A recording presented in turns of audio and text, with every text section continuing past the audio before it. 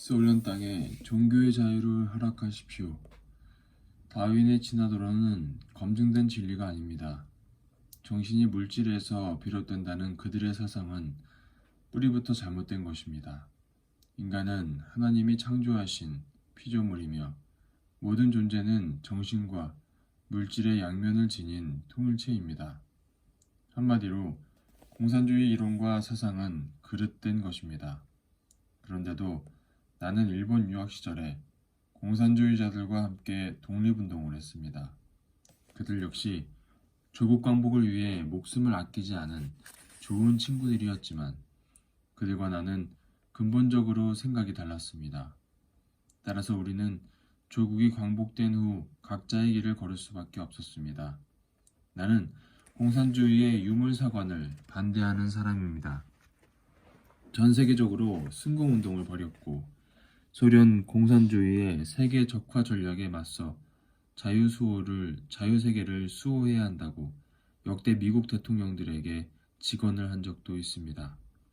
내 행적을 못마땅하게 여기는 공산국가에서 나를 제거하려고 테러를 시도하기도 했지만 나는 그들을 미워하거나 원수로 여기지 않았습니다.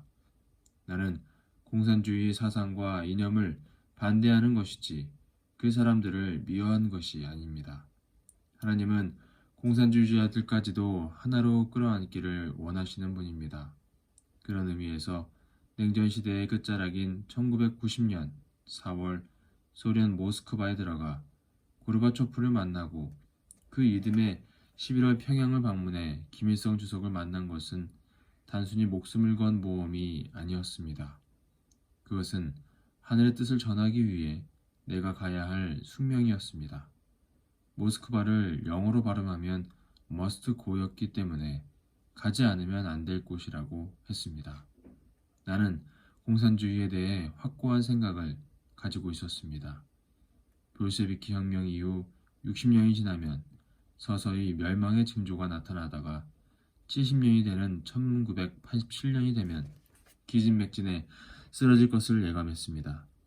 1985년 댄버리 교도소에 면회를 온 시카고 대학의 저명한 정치학자인 몰턴 캐플런 박사를 만나자마자 8월 15일이 되기 전에 소련 공산주의의 종언을 선포하라고 했습니다. 캐플런 박사는 공산주의의 종언을 선포하라니요. 어떻게 그렇게 위험한 일을 하며 영 내켜하지 않았습니다. 마지막 타는 불꽃이 가장 화려한 것처럼 당신은 공산주의의 몰락을 예견할 만한 징조가 보이기는커녕 오히려 더욱 세를 넓히던 시절이었으니 겁을 집어먹는 것이 당연했습니다. 만에 하나 엉뚱한 선언이 되어버리면 학자로서의 명성이 하루아침에 무너질 것은 자명한 일이었습니다. 러브런문, 공산주의가 몰락한다는 당신의 이야기는 믿습니다. 하지만 아직 때가 아닌 것 같습니다. 그러니 공산주의의 종언이라는 말보다는 공산주의의 쇠퇴라고 둘러 말하면 안 되겠습니까? 그의 말에 나는 불같이 화를 냈습니다. 사람이 아무리 겁이 나도 확신이 있을 때는 용기를 내서 죽을 힘을 다해 싸워야 한다고 생각했습니다. 케플런 박사, 그게 무슨 소리요? 공산주의의 종언을 선언하는 것은 그만큼 분명한 뜻이 있기 때문이요. 당신이 공산주의의 종언을 선언하는 날, 공산주의는 그만큼 힘을 잃게 될 텐데 어찌 망설인단 말이오. 결국 케플런 박사는 제네바에서 열린 세계평화교수 아카데미 총회에서 공산주의의 종언을 선포했습니다. 감히 누구도 생각할 수 없었던 일이었습니다. 그 당시 중립국인 스위스의 제네바는 소련 국가보안위원회 KGB의 주무대로 수만 명의 KGB 요원들이 세계를 돌아다니며 정보를 수집하고 테러를 벌이는 곳이었습니다. 더구나 대회가 열렸던 인터컨티넨탈 호텔은 소련 대사관과 마주보고 있었으니 케플런 박사가 얼마나 겁이 났을지 충분히 알만하지요. 그러나 몇 년 후 그는 최초로 공산주의의 종언을 예언한 학자로서 무척이나 유명세를 탔습니다. 나는 1990년 4월에 모스크바에서 열린 세계 언론인 대회에 참석했습니다. 뜻밖에도 소련 정부는 공항에서부터 국가 원수급 대우를 해주었습니다. 경찰의 에스코트를 받으며 모스크바 시내로 들어갔습니다. 내가 탄 자동차가 평소에는 아무도 사용하지 못하고 대통령과 국빈들만이 지나갈 수 있는 노란색 황금길 위를 달렸습니다. 당시는 아직 소련이 붕괴되기 전인 냉전 시대였는데도 반공주의자인 나를 극진히 대접해 주었던 것입니다. 나는 세계 언론인 대회에서 소련의 페레스트로이카를 칭찬하면서 그 혁명은 반드시 무혈혁명이어야 하며 마음과 영혼의 혁명이어야 한다는 내용의 연설을 했습니다. 세계 언론인 대회에 참석하기 위해 모스크바를 방문한 것이었지만 사실 내 마음은 고르바초프 대통령과의 만남에 쏠려 있었습니다. 당시 페레스트로이카 정책이 성공하면서 소련 내에서 고르바초프의 인기는 매우 높았습니다. 그만큼 미국의 대통령은 10번이라도 만날 수 있는 나였지만 고르바초프를 만나기는 어려운 때였습니다. 그렇지만 나는 그를 만나서 할 이야기가 있었기 때문에 꼭 만나고 싶었습니다. 그가 소련을 개혁해 공산세계의 자유의 바람이 일어났지만 시간이 지날수록 개혁의 칼은 그의 등을 겨누고 있었습니다. 이대로 가면 곧 위험에 빠지고 말 것이었습니다. 그가 나를 만나지 않으면 천운을 탈 길이 없고 천운을 타지 못하면 오래 갈 수 없어. 내가 염려하는 이야기가 고르바초프 대통령의 귀에 들렸던지 그는 바로 이튿날 모스크바의 크레물린 궁전으로 나를 초청했습니다. 소련 정부에서 보내준 리무진을 타고 크레물린 궁전 깊숙이 들어갔습니다.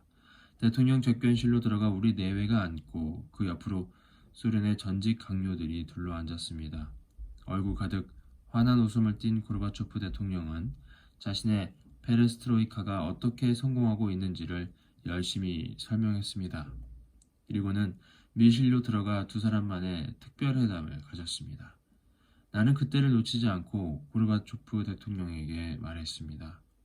대통령께서는 페레스트로이카로 이미 훌륭한 성공을 거두고 계시지만 그것만으로는 충분한 개혁을 할 수 없습니다.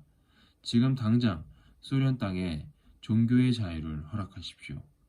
하나님 없이 물질 세계만을 개혁하려 한다면 페레스트로이카는 반드시 실패합니다. 공산주의는 이제 곧 끝납니다. 이 나라에 종교의 자유를 불어넣는 것만이 나라를 구하는 길입니다. 이제는 러시아를 개방한 용기로 전 세계 평화를 위해 일하는 세계의 대통령이 되어야 할 때입니다. 종교의 자유라니 전혀 예상치 못했던 말이 튀어나오자 고르바초프 대통령은 적잖이 당황하며 얼굴을 굳혔습니다.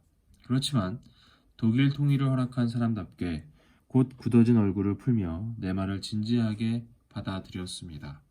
나는 곧바로 한국과 소련은 이제 서로 국교를 맺어야 합니다. 그런 의미에서 대한민국의 노태우 대통령을 꼭 초청해 주십시오 하며 말을 이었습니다. 덧붙여 한국과 소련이 수교하면 어떠한 점들이 좋을지도 일일이 설명해 주었습니다.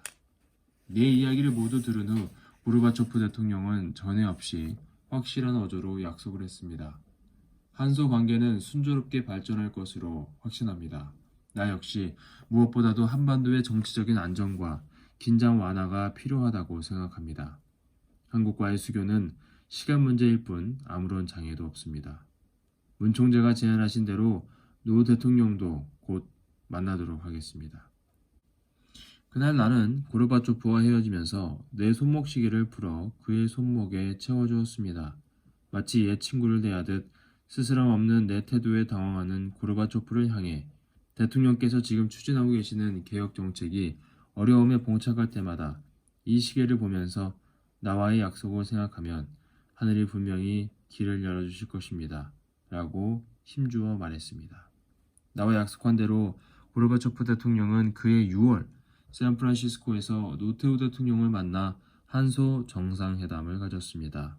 그리고 마침내 1990년 9월 30일 한국과 소련은 86년 만에 역사적인 국교를 맺었습니다. 물론 정치는 정치가가, 외교는 외교관이 할 일이지만 때로 오랫동안 막힌 물꼬를 트는 일에는 아무런 이해관계가 없는 종교인의 역할이 더 효과적이기도 합니다. 그로부터 4년 뒤에 고르바초프 대통령은 서울을 방문해서 한남동의 우리 집을 찾았습니다. 그때는 이미 쿠데타로 권좌에서 물러나 야인이 되어 있을 때였습니다. 1991년 8월 페레스트로이카에 반대하는 반개혁파의 쿠데타가 일어난 후 그는 공산당 서기장직을 사임하면서 소련 공산당을 해체시켰습니다. 공산주의자인 그가 자기 손으로 공산당을 없애버린 것입니다. 고르바초프 전 대통령은 우리가 정성껏 준비한 불고기와 잡채를 젓가락으로 맛있게 먹었습니다. 후식으로 나온 수정과를 칭찬하면서 한국의 전통 음식이 무척 훌륭합니다. 라는 말을 몇 번이나 반복했습니다. 권좌에서 물러난 고르바초프와 라이사 여사는 그새 많이 변해 있었습니다. 모스크바 대학교에서 마르크스 레닌주의를 강의하던 철저한 공산주의자 라이사 여사의 목에서 십자가 목걸이가 반짝였습니다. 대통령께서는 위대한 일을 해내셨습니다. 비록 소련의 서기장직 자리는 내놓으셨지만 이제 평화의 대통령이 되셨습니다. 당신의 지혜와 용기 덕분에 전쟁 없이 세계 평화를 이룰 수 있게 되었습니다. 세계를 위해 가장 크고 영원하고 아름다운 일을 하신 겁니다. 하나님의 일을 대신하신 당신은 평화의 영웅입니다. 러시아의 역사에 길이 남을 이름은 마르크스도 아니고 레닌도 아니고 스탈린도 아니고 오직 미하일 고르바초프뿐입니다. 나는 전쟁 없이 피 흘리는 일 없이 공산주의 종주국인 소련의 해체를 이룩한 고르바초프 전 대통령의 결단을 높이 치하했습니다. 그러자 그는 레브란문, 나는 오늘 대단한 위로를 받고 갑니다. 그 말씀을 들으니 힘이 납니다. 나의 남은 인생을 세계 평화를 위한 사업에 헌신하겠습니다. 라며 내 손을 굳게 잡았습니다.